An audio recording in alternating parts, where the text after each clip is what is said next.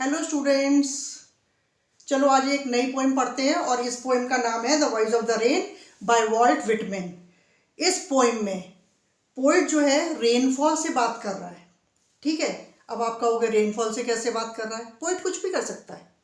ठीक है, तो इस तरह से यहाँ पे पोएट ने रेनफॉल से क्या पूछा, उसने क्या रिप्लाई दिया, that all has been narrated in this poem. So line by line, without wasting much time, I am going to explain the stanzas. So first I will read it out, the stanzas. The first one is, and who art thou, said I, to the soft falling shower. Now the poet is talking to the rainfall. Soft falling shower, soft falling shower क्या होता है? बौछार या फुहार, जिसको हम कहते हैं ड्रिजलिंग। तो बारिश हो रही है और बारिश की जो फुहार है या बौछार है, उससे पोएट ने पूछा तुम कौन हो? Who art thou? Who art thou? Thou का मतलब यू, हु आर यू? तो उस रेनफॉल ने क्या जवाब दिया? Which strange to tell me gave me an answer as here translated. Now the poet is saying, when I asked the rainfall कि who art thou, तुम कौन हो, give your identity, give your introduction, तो उस rainfall ने जवाब दिया। और क्या जवाब दिया? जो कि पोइट ने यहाँ पर ट्रांसलेट किया है। पोइट रेनफॉल ने जवाब दिया और उस जवाब को केवल पोइट ही समझ सकता है। ठीक है, क्योंकि पोइट जो है वो अपनी कल्पनाओं से, अपने इमेजिनेशन से कुछ भी सोच सकता है और कहीं पर भी पहुंच सकता है। क्लियर? सो यहाँ पर उस रेनफॉल ने क्या जवाब दिया, उसको पोइट ने ट्रांसलेट किया है हम लोगों के लिए, सो दैट द रीडर्स में अंडरस्टैंड इट। तो उस रेनफॉल ने क्या जवाब दिया? उसने कहा कि I am the poem of earth, said the voice of the rain. So what the voice of the rain said? The voice of the rain said कि I am the poem of the earth. Poem of the earth का मतलब है कि मैं एक गीत हूँ, एक कविता हूँ इस अर्थ की।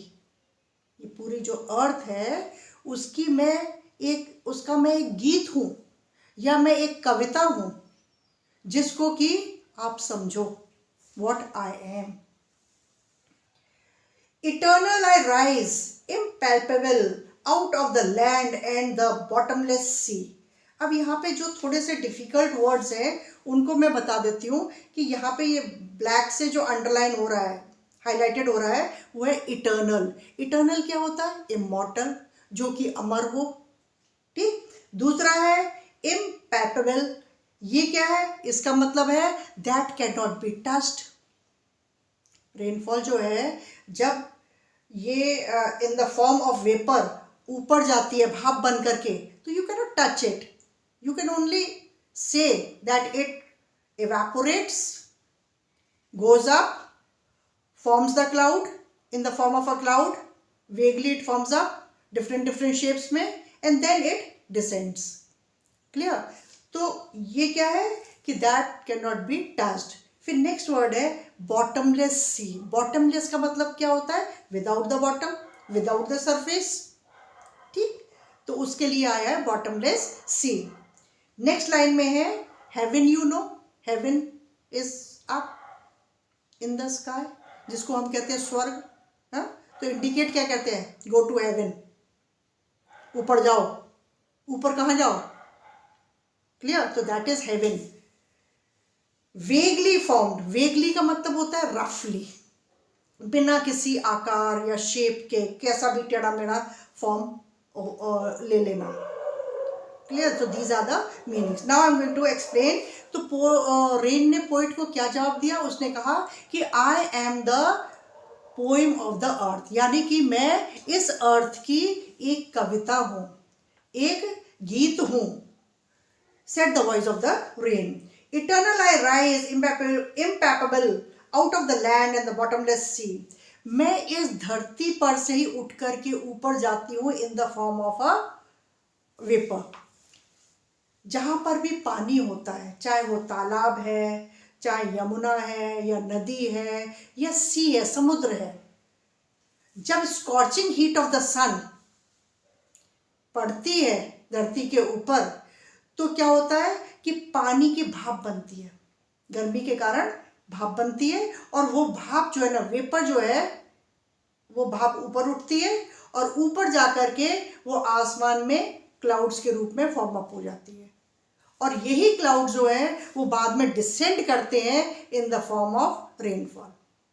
तो ये उसने जवाब दिया, किसने? रेनफॉल ने जवाब दिया कि मैं इसी धरती पर से जाती हूँ, बॉटमलेस सी से, यानी कि in the form of a vapour, I evaporate, goes up, form up in the form of the clouds and then descends.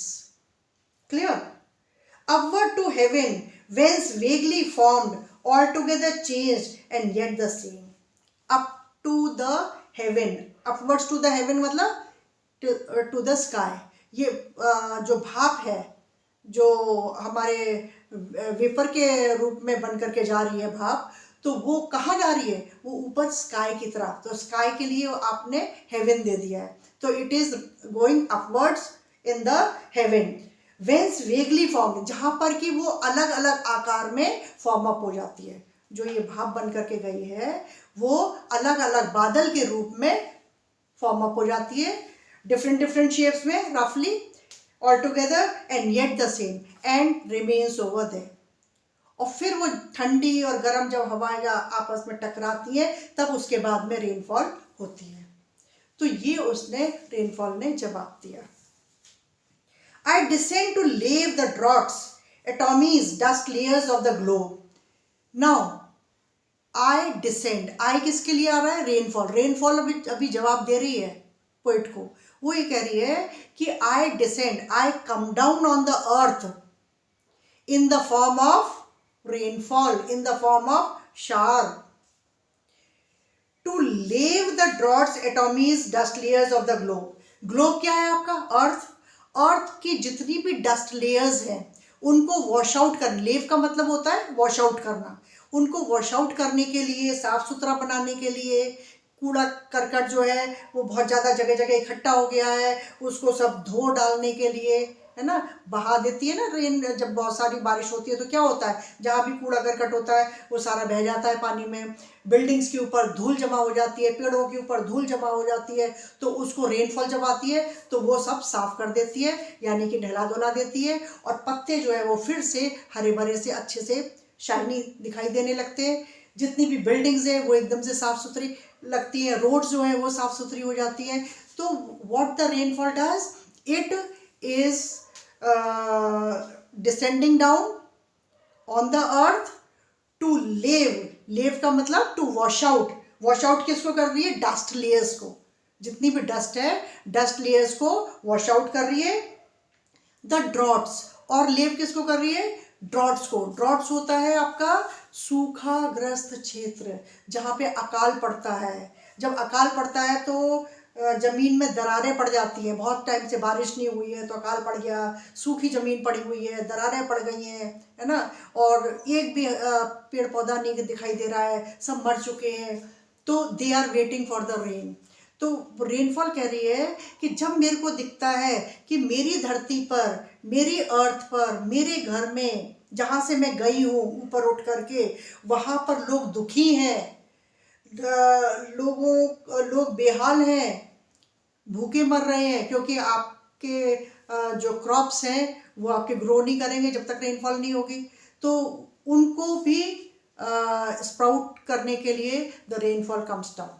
ठीक है, तो जब रेनफॉल देखती है कि नीचे त्राही त्राही मची हुई है, लोग बेहाल हो रहे हैं, चिल्ला रहे हैं, भगवान से प्रार्थना कर रहे हैं बारिश के लिए, तो वो अपने लोगों की पुकार सुन करके नीचे आती है बारिश के रूप में। So I descend to leave the draughts, atomies of dust layers of the globe, and all that in them without me were seeds only latent unborn. अब वो कह रही है कि जमीन के नीचे बहुत सारे सीड जो है वो दबे पड़े होते हैं। जैसे हम कहते हैं कि जब हमारा पतझड़ वाला मौसम आता है तो उस टाइम पर सारे पेड़ों के पत्ते झड़ जाते हैं, जो बीज वगैरह होते हैं वो भी ड्राई अप हो जाते हैं और नीचे झड़ जाते हैं। झड़ने के बाद में फिर क्या होता है कि वेस्ट विंड ब्लो करती है। जब वेस्ट विंड ब्लो करती है तो वो उस वेस्ट विंड में क्या होता है, आंधी चलती है, और आंधी जो है जब चलेगी तो धूल लेकर के चलेगी, और वो धूल जो है वो इन सीड्स को कवर अप कर देती है।